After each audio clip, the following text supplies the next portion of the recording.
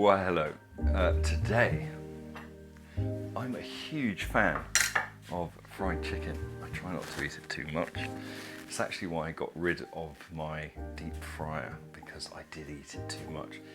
But we're not going to do fried chicken because in the Winter Palace, the frozen cemetery of my freezer, I've got quite a bit of game knocking around. So, deep fried partridge. Now we have two partridges in this country.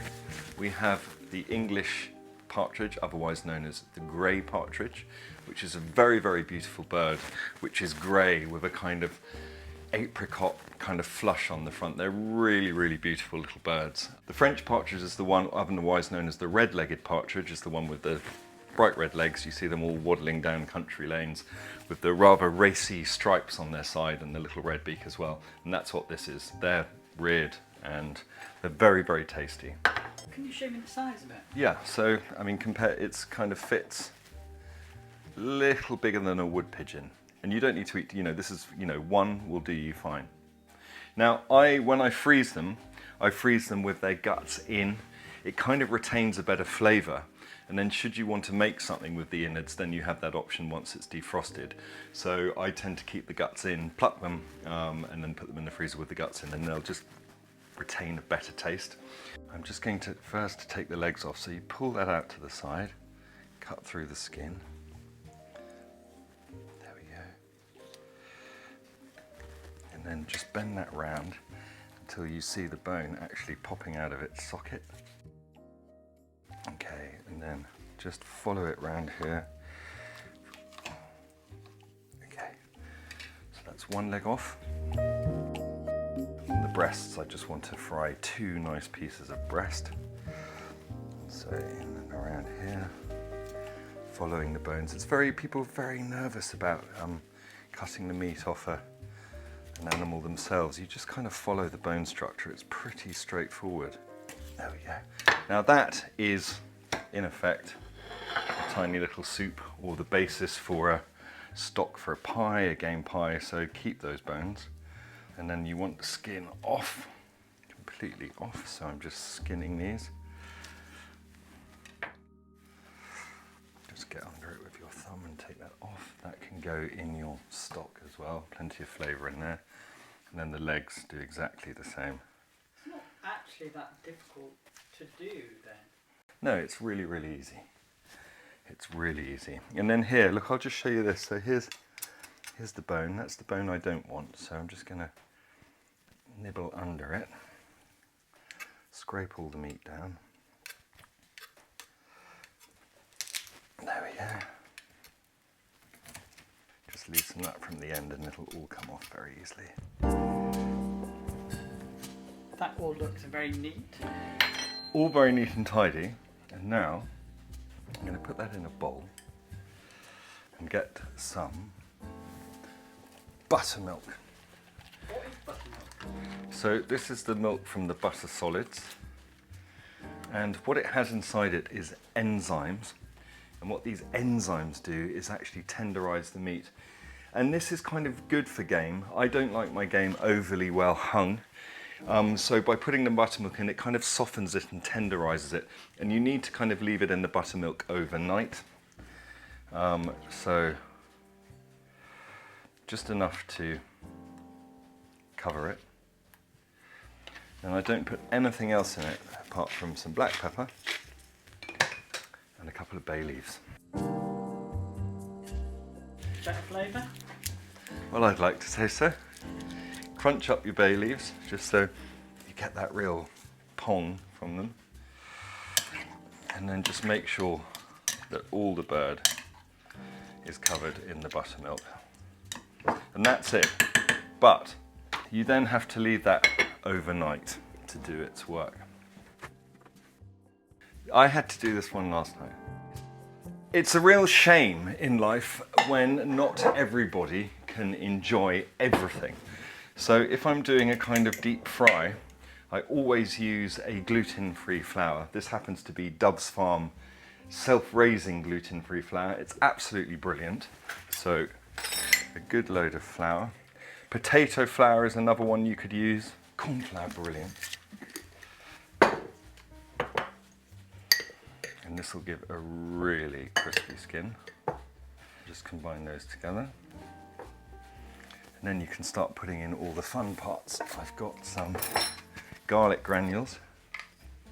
And this is kind of a touchy-feely, you know, I don't do weights and measures with this kind of thing. Some onion powder. Right, and then into the spice drawer, because we can really start being kind of inventive here. Some smoked paprika, delicious, slightly smoky obviously. What else are we going to put in?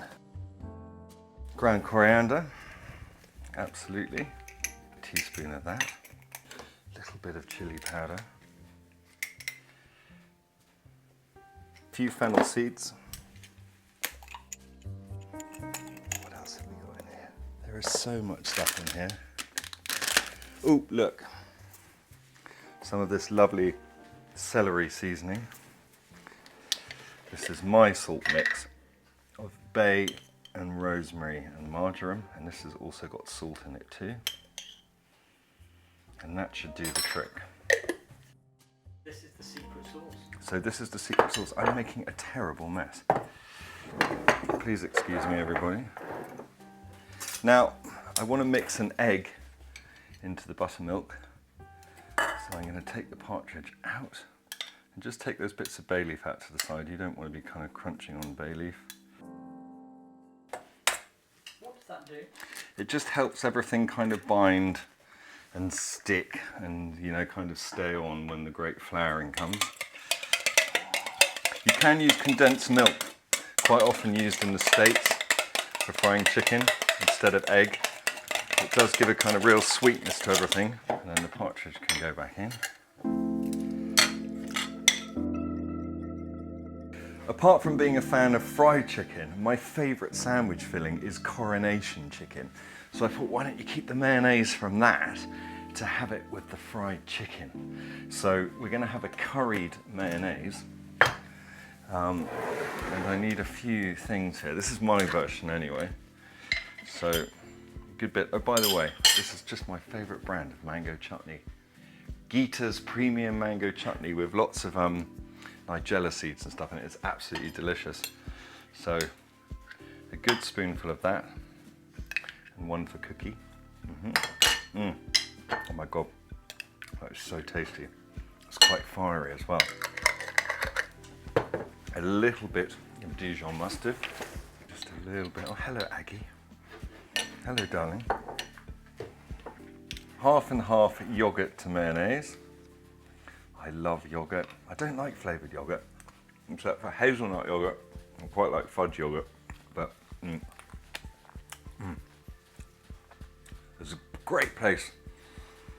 I went on holiday with my dad, and they had this really, really, really thick sheep's yogurt. And in the morning, Dad would give you half a peach, a really ripe peach, a blob of the yogurt, with some mountain herbs, dried mountain herbs like oregano and wild rosemary and dried sage, and some fennel seeds, and he'd sprinkle it on top of the thick Greek yogurt, and then put really good bees honey, it's not made by wasps, is it, but really good honey on the top, and then a little black coffee, and it was just the best breakfast in the world. Black coffee, a juicy peach, and yogurt covered in mountain herbs and wild honey. It was just fantastic. And every time I have a mouthful of natural yogurt, I think of just that. Good memory. I owe so much to my dad for my love of food and cooking. And then good old Hellmann's mayonnaise, about the same amount as the yogurt. And then of course, a good blast of curry powder. So this is like a dipping sauce? This is a dipping sauce for the fried chicken, absolutely. A squeeze of lemon juice, which I'll check in a minute because I can't take it out once it's in. Nice and sweet, little sharpness from the lemon juice. Mix things well.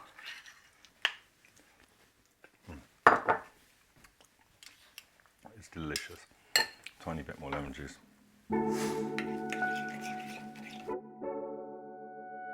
We got to be careful here, and I do need to say something about this. Obviously, when you've got a deep fryer at home, it regulates itself.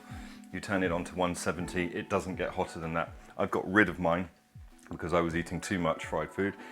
deep fried food, and but now you're kind of beholden to setting your oil on fire, so you've got to be really careful. Turn the handle in so that any little kids or jumping up dogs don't knock it on themselves, because that would be a terrible injury. And in goes the oil. And I'm now going to get the partridge ready. Let's try a leg first. There's one of the little legs. And then really get it well covered. Okay. When there's been kind of multiple bits in, you start to get those little crinkly lumps. Those are the best bits. So I take quite a lot of liquid to the flour. Now that oil, I want to get to about 170 is when I'm going to start frying.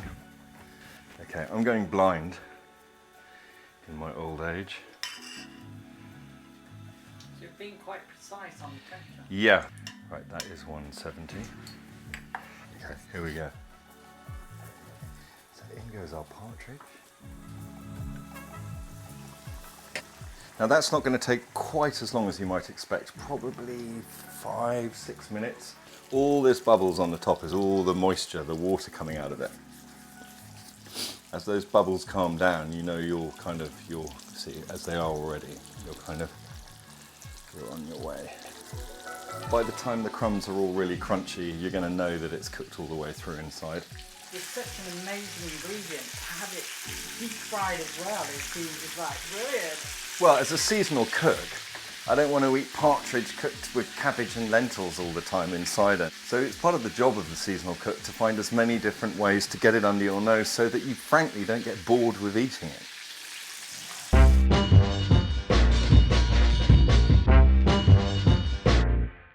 Juliet? Oh wow, I hardly recognise you. I hardly recognise myself, Charlotte. It's my first time dressing like a bloke. I did spot you earlier on the dance floor, and I was like, oof, check him out. You're my inspiration, Charlotte. Thanks. I do like wearing male plumage. Fancy flying back to my nest? Oh, yes. I thought you'd never ask. Now look, that's getting really crisp. Oh, look at those little flaky bits on there.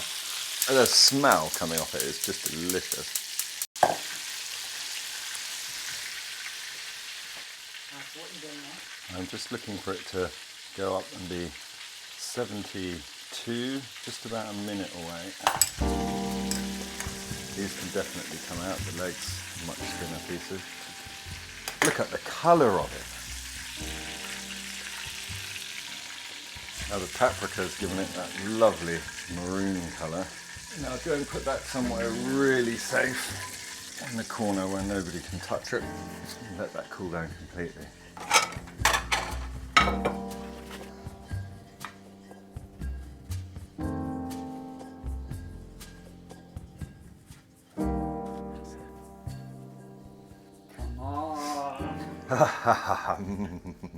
Well, leg meat being my favourite, I'm actually going to have a little bit of lemon, because I do like lemon with my fried things.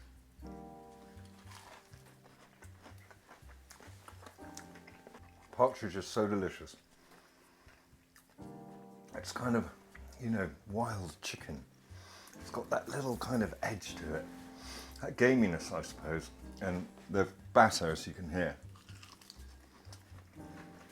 is really crunchy. And now I'm going to try a little bit of breast. Just only need a bit of the sauce. That's fun. If anything's miserable in life, deep fry it. It's just crispy, it's tasty, it's partridgey. It's so yummy. Come and have a look on Patreon. I'll be doing razor clams with crispy fennel seed breadcrumbs. Really yummy.